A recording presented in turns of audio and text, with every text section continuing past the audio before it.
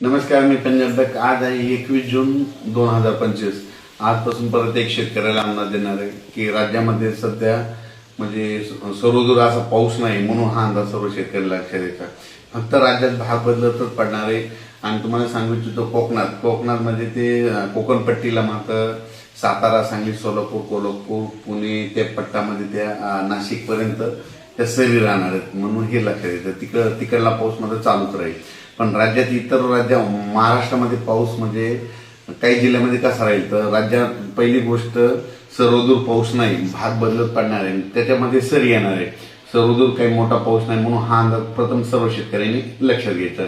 राज्यात सांगायचं झालं तर आता म्हणजे आज आहे 21 जून 22 आणि 23च्या दरम्यान तुम्हाला एक सांगतो की जळगाव जिल्ह्याकडं, त्याच्यानंतर संभाजीनगर, जालना जिल्हा, त्याच्यानंतर बुलढाणा जिल्हा घाटाच्या खाली, त्याच्यानंतर अकोला, त्याच्यानंतर अमरावती, वर्धा, भंडारा, त्याच्यानंतर यवतमाळ जिल्हा, वाशिम जिल्हा, हिंगोली जिल्हा, नांदेड जिल्हा या भागामध्ये सध्या म्हणजे 21, 22, 23च्या दरम्यान म्हणजे आज उद्या परवा सरी येणार आहे. म्हणजे रात्रीच्याला बऱ्याच ठिकाणी पाऊस पडेल, उद्याच्याला देखील थोडा येणार आहे, पण सर्वदूर पडणार नाही. जिल्ह्यामध्ये काही भागामध्ये पडेल, काही भागाला सोडून देणार आहे, म्हणून हा अंदाज लक्षात येतात.